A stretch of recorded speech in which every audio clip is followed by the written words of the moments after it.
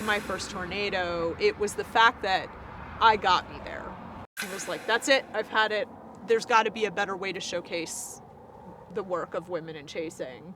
We are attracting land spouts and hail. Spinny things. Spinny, Yeah. right? Yep. So how you approach a chase day from start to finish, mentally and technically? Typically, a chase day for me starts. I am Jen Walton. I am a storm chaser. I am a member of the Doppler on Wheels research team, and I am the founder of Girls Who Chase. What first pulled you into storm chasing, and do you remember the moment it became more than just interest? For me, there was no specific moment, I would say. It was kind of an evolution that started with sheer terror, in fact, which apparently I share with a lot of now chasers. When I was little, I was growing up in the southeast US, and a lot of nighttime thunderstorms in the southeast, and I would get woken up by thunder and lightning and be terrified and drag my sleeping bag into my parents' bedroom at night. At some point that I don't exactly recall, it transitioned from terror into curiosity and looking out the window more and watching the Weather Channel obsessively, which at that point was mostly weather on the 8s. Was not interesting shows or breakdowns or anything like that. And that was really where it stayed for the first 37 years of my life. I worked in climate and science communication in Boulder, and the office that I had been working at the time was across the street from the Boulder airport where the Doppler on Wheels vehicles were housed. And I remember driving past in like 2010, 2011, and they'd be pulled out getting worked on or something, and I would drive past with my head hanging out the window, kind of. And actually spent a couple of years kind of networking in the science community, trying to get introduced to severe weather experts to get taken out storm chasing. I thought that you needed to have a 4-year meteorology degree. I thought it was incredibly dangerous and that you had to go with experts. And I didn't realize that it was something that I could decide I wanted to do and go do. There was always some reason that I couldn't or shouldn't be doing it.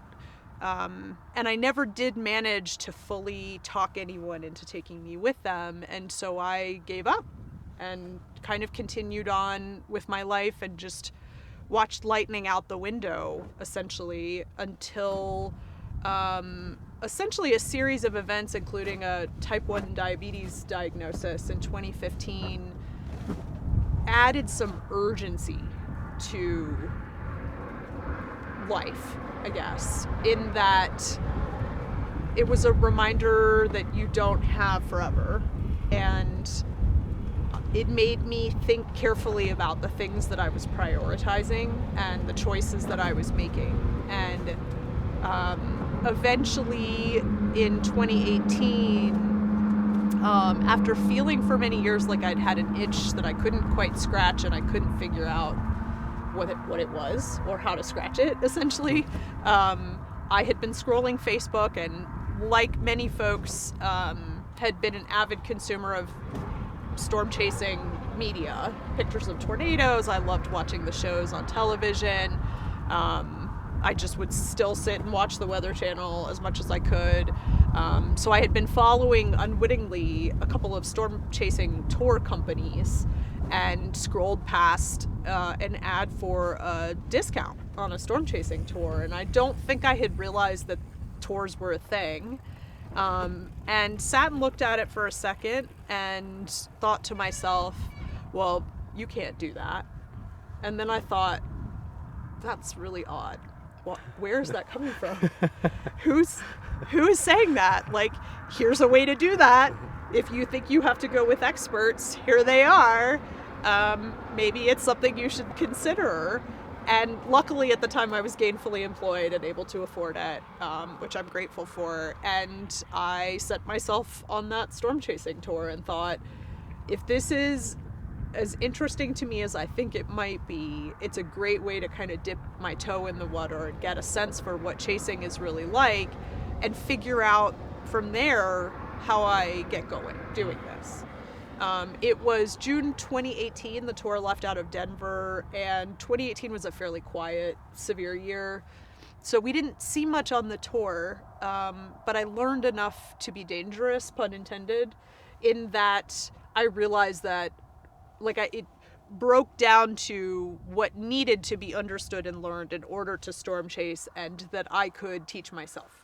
That I did not need the 4-year degree, although it helps, and that there were ways to get into this without needing other people. So I think for me that was the first big moment.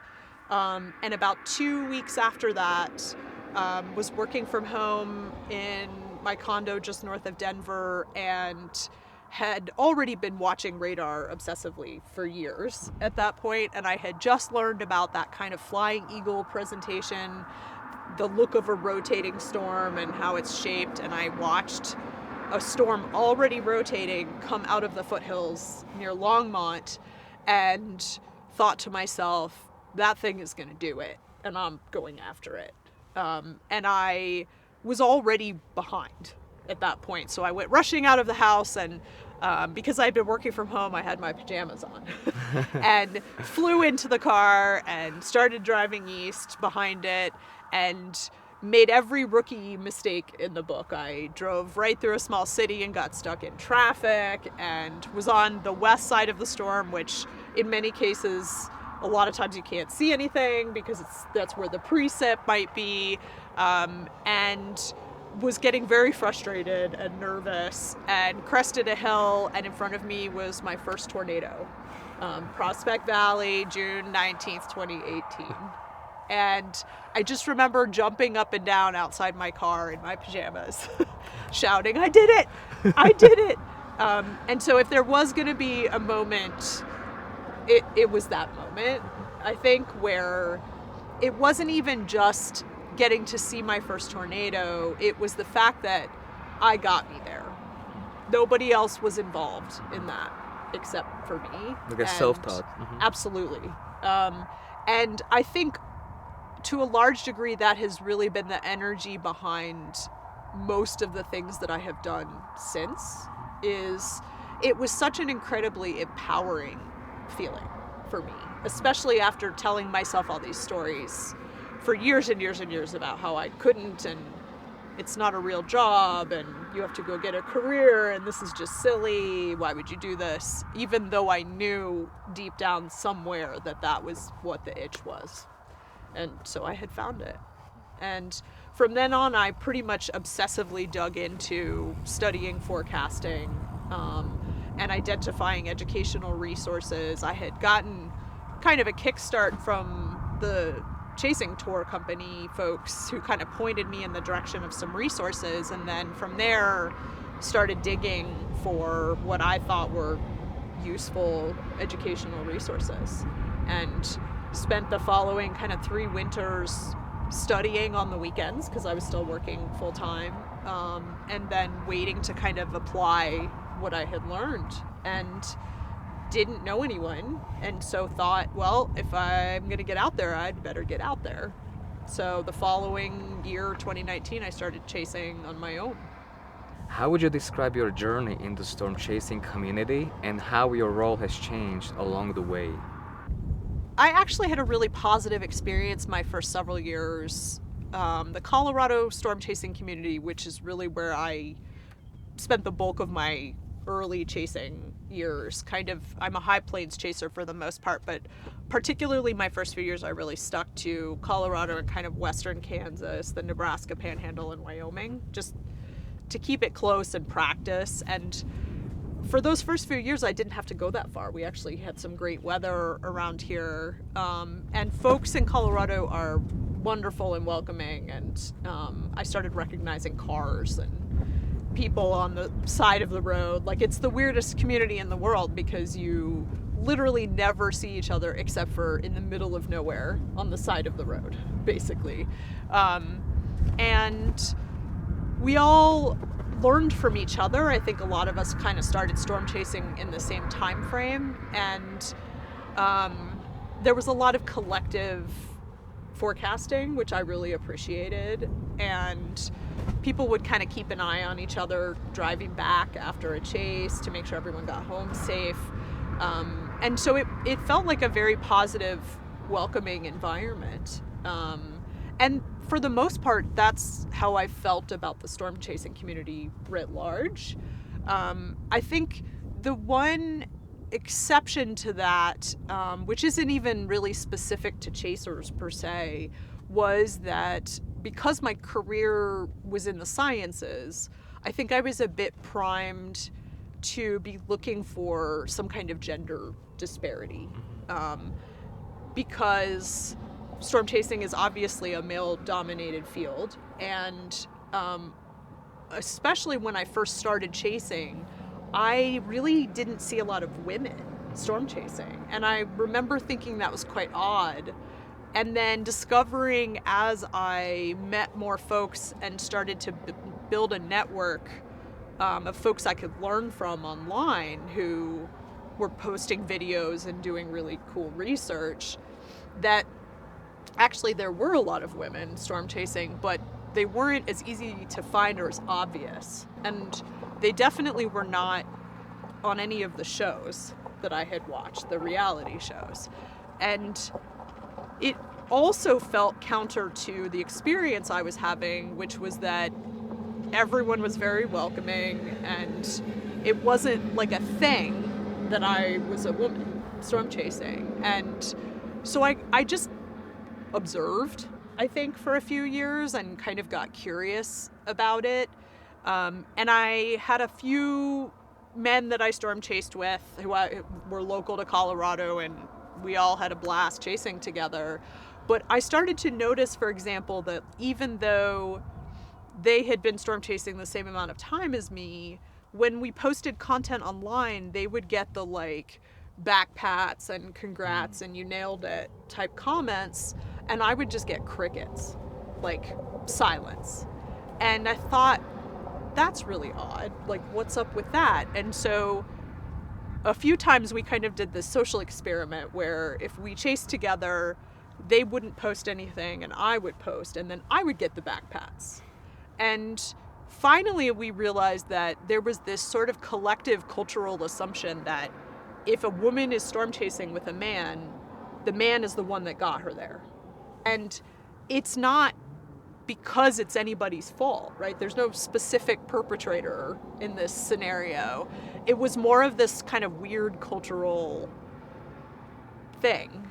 And it seems minor, I think, in the scheme of things, but it was a much more insidious facet, I think, of a women in STEM problem, I guess, is the best way to put that.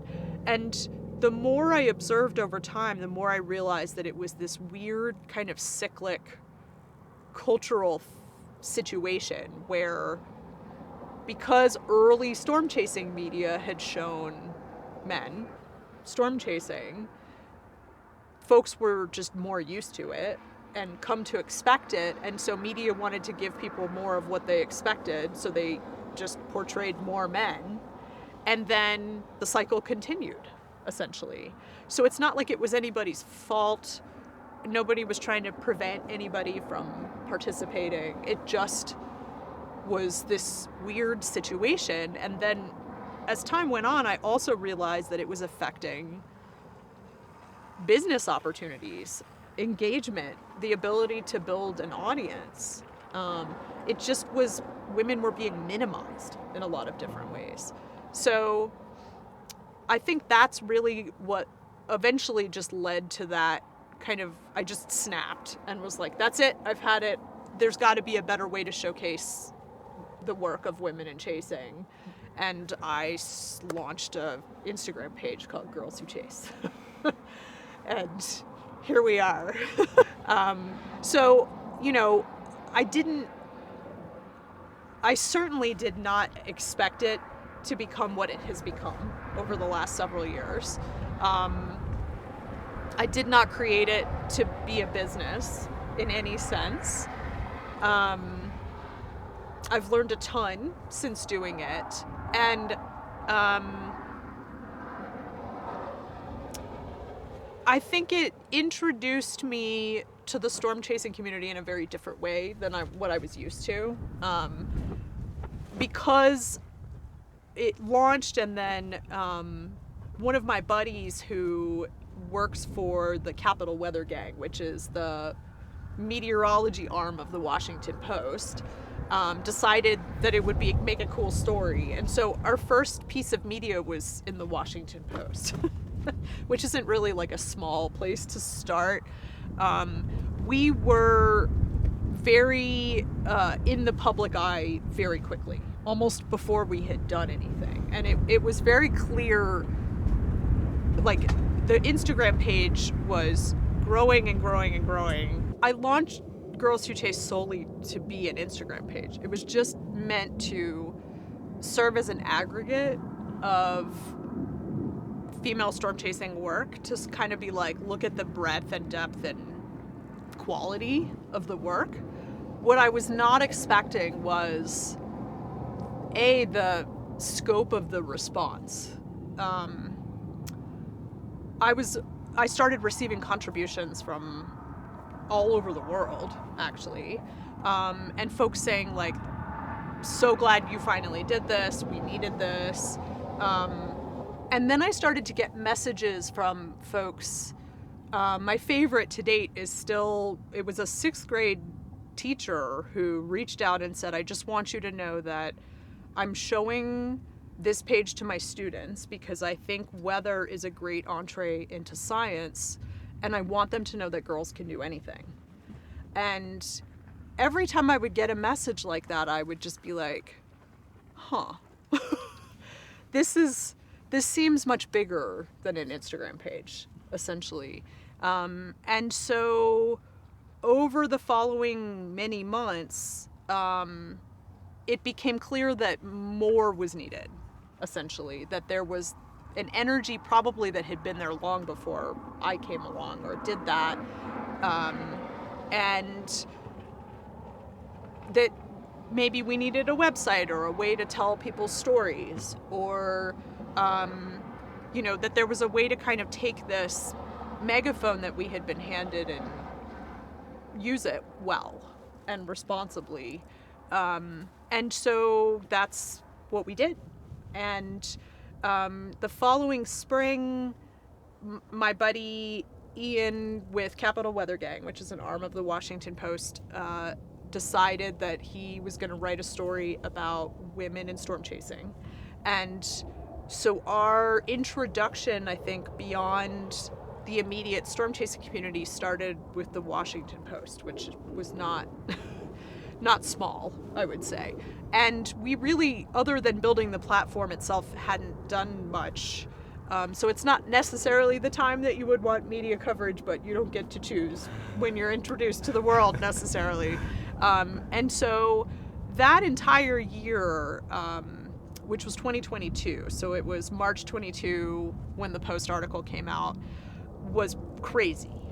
I was getting media requests just from places that I never would have imagined, and folks reaching out and following the Instagram account, and by early fall found myself standing on a live set in New York City on the Kelly Clarkson show, and thought to myself, okay, this is way beyond. This is way beyond. And the part I think that I struggled with the most about that was I didn't create the account to get attention. I didn't create it to be a business. I created it because I saw a need, and frankly, it was born out of frustration more than anything. And suddenly found myself almost being forced to become the face of the community in a way that I wasn't mentally prepared for, didn't feel like I had asked for. And I remember saying to friends, I don't understand or am not comfortable with being the one. I'm still new here. I think it was my 3rd or 4th year of storm chasing. I'm new. It should be, a storm chasing veteran who should be doing this. And I was getting a sense that some folks felt that way too, which didn't help. And folks kept just saying to me though, but you are the one, and you're the one that did this, you're the one that saw the need. And luckily I had a background in public relations and science, and so it was kind of a natural step for me to build all of these things and set it up for media coverage and do everything that was needed. But it was still a lot, I think. And so it felt, especially in 22, like that process sort of catapulted me from little known chaser who does okay in Colorado to voice for the community, essentially. And it wasn't like I didn't wake up one day and say I'm going to be the voice for the community, but then it felt like a responsibility, I think, in particular because I think the storm chasing community gets a bad rap at times for the ways that we show up online and interact with each other, and occasionally there's behavior that we're not proud of, and so it felt like a responsibility to show up well, to represent the community well, to show them the side of the community that does exist, that I had experienced coming in as a newbie. And it also felt like a lot of pressure. Like I, was over there making my own storm chasing mistakes and still learning to forecast. And I mean, weather is incredibly humbling. I don't know that you ever will get to a point where you're like, I have this all figured out, because nobody does, right? And so I was struggling with feeling like I had failed a lot while simultaneously having to stand up and be the one. And that went on for a couple of years. And it definitely also felt like a responsibility to then, okay, everybody's listening, so now we need to say what needs to be said, but I want to make sure that it remains a voice for the community, that it's not just Jen or a bunch of angry women, but rather the entire community standing up and saying, we didn't realize this was happening and it's time for change. And so I made sure that the entire effort included the community, and because I wanted folks to feel like it was theirs. And I think, for a while, hopefully, that was how it was. And then I think we got into kind of late 2024, 25, where the political environment in the US started to shift. And I started to have to make some decisions, I think, about which social media platforms we were active on, which affected how we engaged with the weather community. We had also started to work with the American Meteorological Society, who's our title sponsor. So my version of our community had grown exponentially at that point and included meteorologists, atmospheric scientists, broadcast meteorologists in particular had been very active. And we had grown an education arm, because back when I launched the Instagram page, I did a couple of informal polls because it was growing so quickly, and I just thought I'll ask folks what kind of content they're looking for, thinking that I just want to see lots of pictures of tornadoes and supercells and like crazy weather. And instead, 100% of the responses I got were, I want to know how to get started storm chasing. Tell me how to get started. And I thought, interesting. Like, they sound like I did a few years ago, you know? How would you personally define your style of storm chasing compared to others in the field? I like to spend time with a storm and enjoy it and photograph it. And I've had a weird long history of what I like to call hail incidents, where I am like plenty safe distance from a hail core and yet somehow end up getting pounded by hail for one reason or another. I've had hail cores develop over me where there was blue sky. I've had storms chuck hailstones like 3 miles out from the main core, and one hit like the top corner of my windshield, just one, and hit it at just the right angle, and I drove into a car wash a couple weeks later and my windshield just cracked right down the middle. All the way down the middle. Like I had to have it replaced. I was like, really? So I've had like storms decaying to where like there's almost nothing there, and I have driven under it to try to get to the east side of the storm, and it suddenly like re-energized and then started hailing on me. Like I just don't understand what this, and it's happened enough that I now have a reputation for having hail incidents. So I like to keep my distance so that I'm not stressed about hail, and I really like structure, and I really like beautiful foregrounds. And so I definitely have favorite places I like to chase. You will not find me under a mezzo unless I'm with the mobile radars, generally. And I also tend to wait until later in the season when there's less chasers out, it's quieter, storms tend to be slower moving.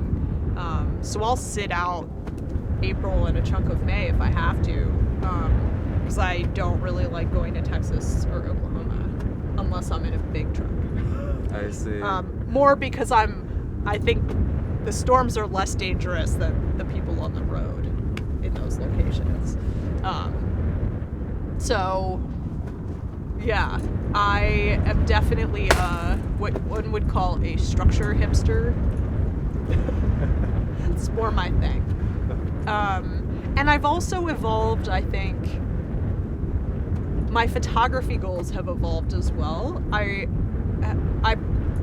I'm driving further and going to less plains type areas for photography. The last couple of years I've been in like Monument Valley, for example, in like very northern Arizona for lightning. So I could maybe get lightning in some unusual spots. I'm really hoping to get storms in the future, maybe in some of our national parks. So I'm just trying to challenge myself differently every year. And bring some unique perspective. Yeah. I definitely I love me a good supercell, but I would rather have a photo of a bolt that in a place that it's rare to see lightning than to be the 3,000th person with the same photo of the same storm. Yeah. You know, it just doesn't do as much for me, I think. I was in Hawaii in January this year to shoot one of Kilauea's eruptions, and the trade winds were not happening that day, and typically trade winds keep whatever is thrown into the air from the eruption in the park or like away from main areas. And because the trade winds were not present, there was tephra, which is like rapidly cooled lava falling all over the highway and all over the park. And I had been on my way to the park and pulled over to start shooting the falling tephra on my car, and posted a video, and people were like, there she is again with chunks falling on her car. Like, you can't even get away from it. There are some patterns with that. I was certain I was going to total the rental because it's falling glass. It's basically falling glass. Anyway, so Yes, it is definitely a pattern with me. We were on a hail study last year, and people were joking that I was going to be their lucky charm because wherever I go, there's hail. So, yep. What do you think people misunderstand most about storm chasing when they only see it on social media? The fact that storm chasing is 90% driving and waiting and 10% chasing. Like, I love me a good Twisters movie, but they make it look like you just like drive to a nearby gas station, wait 5 minutes, and there's just tornadoes everywhere. And of course we learn fairly quickly as chasers that is not what happens at all. Not only that, but you could drive for 10 hours and get a nice tan under blue sky. There may even be no storms. So I think for sure that is the most misunderstood part, is just the sheer amount of time and effort that actually goes into being in the right place at the right time. Can you walk me through how you approach a chase day from start to finish mentally and technically?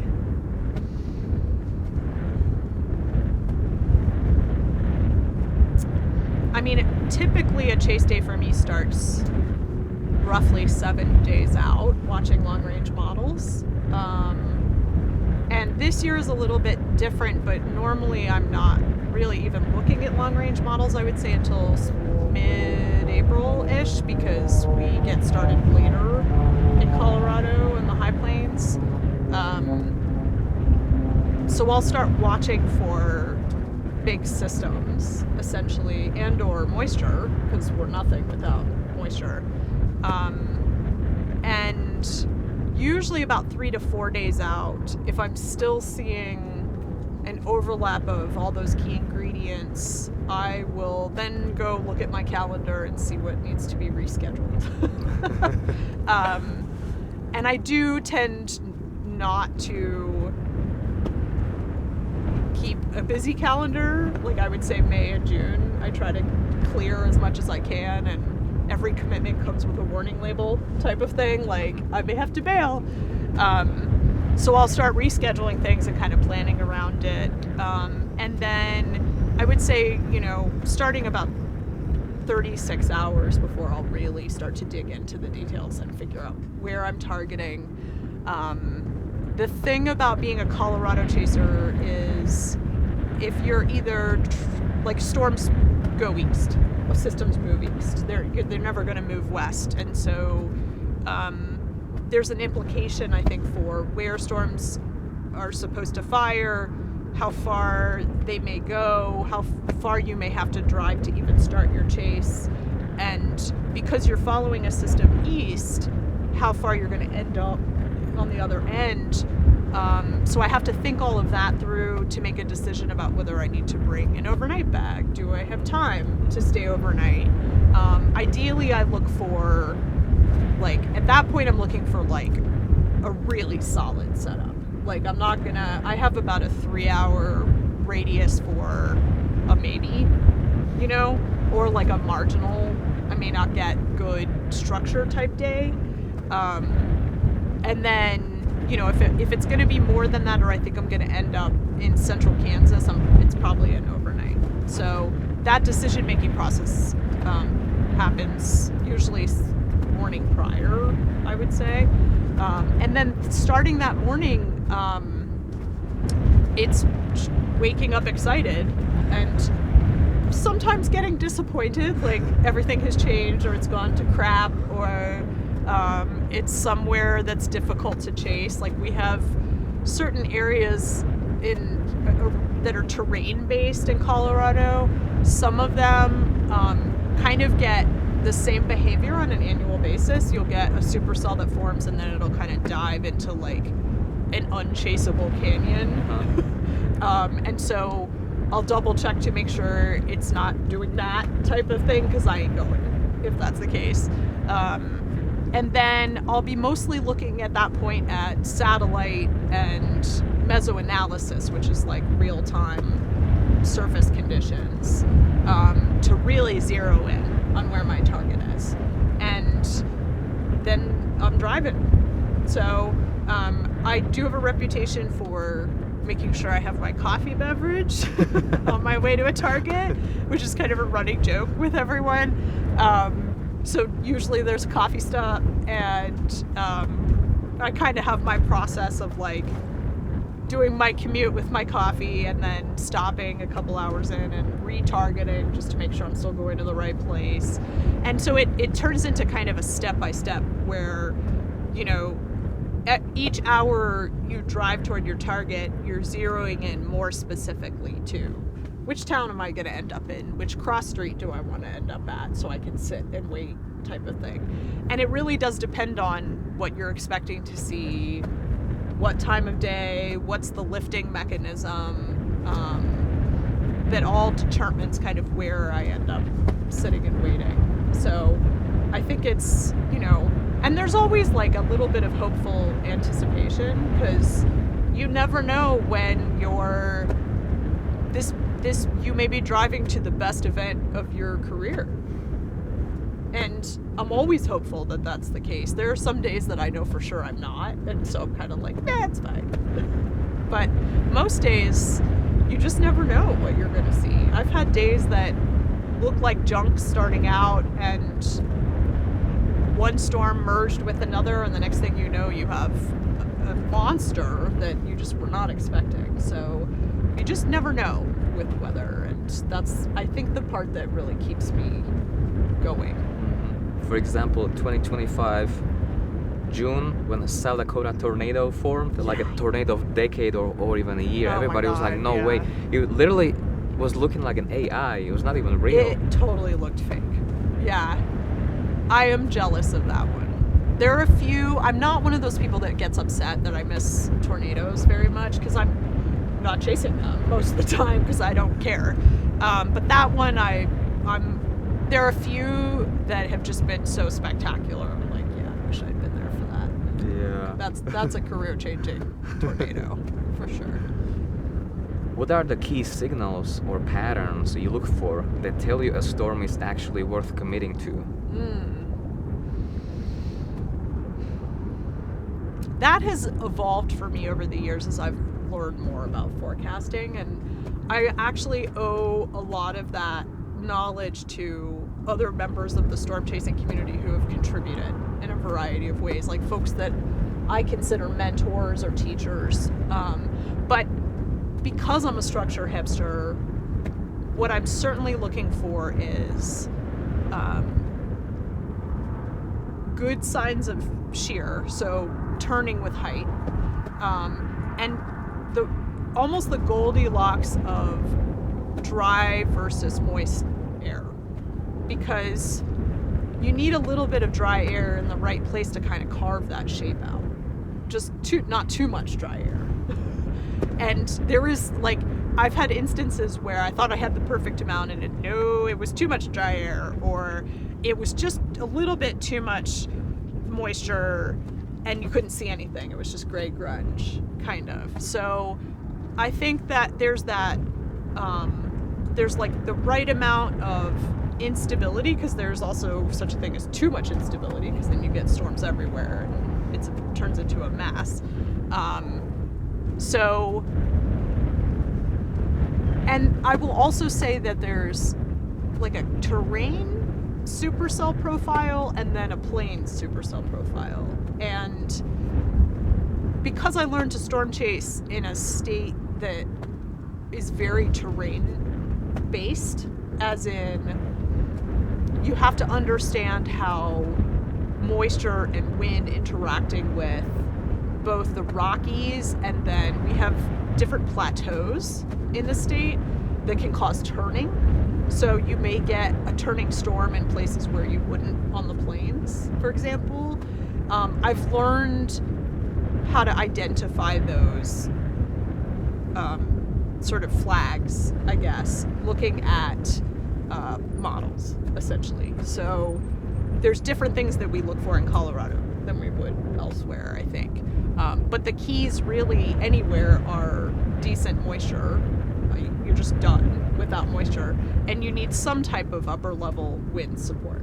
So we've had years here where we've had a ton of rain and a ton of moisture, but we had no jet stream, and it was just like the year of the blobs is what I call it.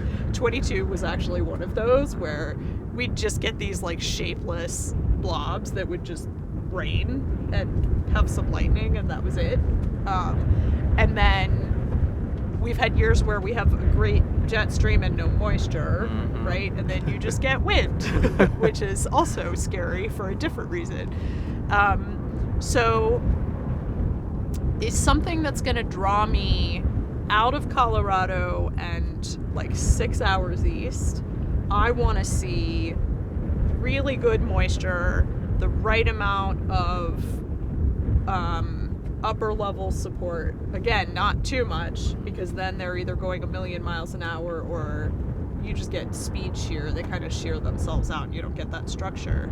And I want to see, ideally, potentially multiple days of that type of scenario. Although a really good setup, well, I could get to central Kansas without and not be upset about it.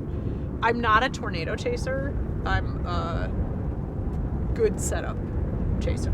Like a really good looking supercell, and I will be very happy. A tornado is icing, I think. I'd have driven away disappointed from a lot of chases if I was. Plus, in Colorado, we get those like we'll get a lot of ground circulations, but not necessarily fully condensed funnels. I also developed like a side expertise in land spout identification. Like I know what the setups look like and how to find them. I know wind boundaries set up. I live in the DCVZ, which is the Denver Convergence Vorticity Zone. Yeah. Which is again that area of turning that's fully terrain Airport based. And yeah. Yep. So there's like some really obvious indicators for when that zone is active, I would say, and then you just wait for a boundary, which you can, you'll see the like percolating cumulus on the radar scope, let's say. Yeah. Satellite. I used to live north of Denver, and my patio faced east, so I would just walk out on the patio and wait for the boundary to pop and then drive east, basically. So I've seen way more landspouts than I've seen tornadoes, actually. So that's been fun. And then there have been times where I've been not chasing and like minding my own business, going somewhere and boop, landspout. Right away with it. Like literally it was 2 years ago. I was like going to the gym and a landspout just like appeared out of nowhere, and I happened to be in an elevated location kind of right along the Front Range and just pulled over and started shooting because it was probably one of the better ones I've seen, and nobody else saw it somehow or reported it. And the National Weather Service was like, huh. Which is kind of how we operate here in Colorado. Like, you just never know when that's going to happen. And it's, there are days I don't look at, you're not expecting anything. And so I'm not checking to see if there's vorticity or we're supposed to have storms. I'm just going about my life. And Yeah. that's actually, I've probably seen more that way than I have when I'm chasing intentionally. It's like maybe, hey, you're attracting landspouts and hail. Spinny things. Yeah. Right? Yep, probably so. One of these days I would like to drive into a weak landspout. It's like a random goal of mine. As long as it's weak, it can't just get real strong right as I'm driving into it. But I think I might have been hit by one a few years ago because it just got really windy all of a sudden, and I had leaves like swirling around my car like this. But I couldn't see it move away because it hadn't actually picked anything up. But yeah, this is a goal of mine. If the road's in the right spot and the landspout's in the right spot, because they don't tend to move a whole lot. More stationary. So, yeah. Yeah. So I've been saying this for like 8 years, so we'll see if it happens one day. Have you ever had a moment where you had to pull back or change plans for safety, and what did that teach you? I've had several moments. I think the first one was in southeast Colorado, and that's actually what taught me that you need to give a little bit of extra breathing room to any storm that forms in a cape environment, in an instability environment where you're dealing with like 4,000 or 5,000 cape. They go up in minutes and get serious that quickly. And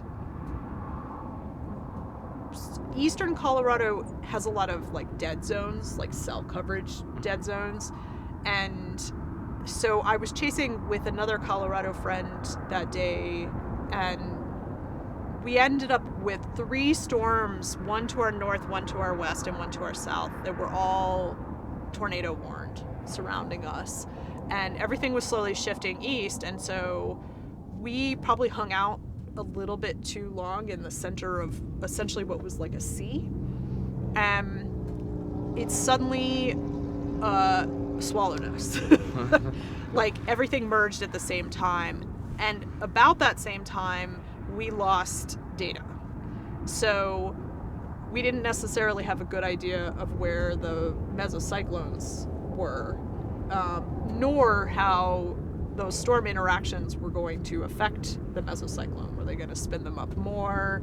Right, there's no way to know. And so I just remember flying east, because our road options were south or northeast. So it was like drive south into the forward flank of the southern storm, which was of course producing hail, or drive northeast also into a forward flank with like a questionable, we're not sure where the mesocyclone is. So we ended up taking the northeast option, and I just remember it was green, like the greenest I've ever seen a storm, and dark, and stuff was flying sideways at the car. I still have dents all over, and I was waiting for the wind to change direction or to see something so I could just drive into a ditch, basically, because all you have is your eyes at that point. And that was probably one of the more nerve-wracking scenarios I've been in. I think I was in maybe year 4 of storm chasing, and once we got out of it, I basically went home and was like, that's it, I'm never losing data again. Because at a minimum, you can't necessarily avoid a scenario like that, although certainly we could have given it its distance, like we were too close, and it also accelerated. So it merged and accelerated at the same time because someone's RFD increased, basically, because they were all influencing each other. And a bunch of us got caught in it, actually, folks who were chasing. So I ended up, a lot of storm chasers use boosters. I was looking at other options because you can't boost nothing, which, you know, if you're in a bunch of dead zones, right? And eastern Colorado also has a rural cell carrier, and there's a ton of towers out there, but like we can't ever access any of them. So I was speaking with a couple of veteran Colorado chasers who were like, oh yeah, we use Wi-Fi hotspots off of this rural carrier. So all of the seasons prior to starting with the Dows, I would use a Wi-Fi hotspot so that I always had data coverage, which I probably should have looked into sooner, because being in the middle of nowhere by myself with no cell signal is probably not the best idea. So I think from a safety and just data access perspective, that was the lesson learned there. I think outside of that, I've not necessarily been in situations where I was deeply concerned, other than, oh no, more hail. I think the only exception to that was in 2024, I was in the scout vehicle with the Doppler on Wheels, the Dow team, and we had deployed on the Greenfield EF4 wow. tornado. And they sent us back toward Greenfield to drop pods. And by that point, we knew the tornado was going about 55 miles an hour. It was hauling ass. And we couldn't see anything. It was just white because it had become fully rain wrapped at that point. And doing that, driving back toward it, essentially into a tornado's path without visibility, you have to sort of suspend your fight or flight, which is really difficult. And when we did find a spot to deploy, I just remember first we had debris falling on us, which didn't necessarily help the gravity of the situation. But I remember taking GPS coordinates and then looking up and seeing sunlight, which any chaser knows, if you're seeing sunlight where you know there's a tornado nearby, it means you're right in the cut. You're looking up into the cut, which means you're basically next to the tornado. And I remember looking up, my deployment partner also looking up, both of us looking at each other going, we gotta go. And what we didn't realize was that the Dow that was east of us, which was our escape route out of town, was also being hit by a tornado at the same time that we were deploying. And initially we thought it was a satellite of the main tornado. It turned out it was just a completely new tornado. That day was crazy. Luckily it had just spun up when it hit them, so it was pretty weak. And Dows are really heavy, so that helps. But I will say that watching rain blow by doing just completely sideways, knowing that it's wrapping essentially and knowing that there's a tornado hauling ass toward you is a different sort of fear, I think. Something you barely experience in life. Yes. Right? And I'd pass on experiencing that again, to be honest. When we ran the numbers later, what they basically found was that our location at the time of the deployment, as we were turning around to leave, because the original goal had been to drop pods through town. What we didn't realize while we were deploying, but when we got back in the truck and saw a new radar scan, it was supposed to pass kind of west of us on the main highway, and instead it had made a right turn directly into Greenfield, where we were, basically. So it was right turning toward us while we were deploying. So what they found was the center of the tornado, not the outer circulation, was 0.5 miles from our location. Wow. And I think we're lucky because by the time it got to town, Lucky's lucky.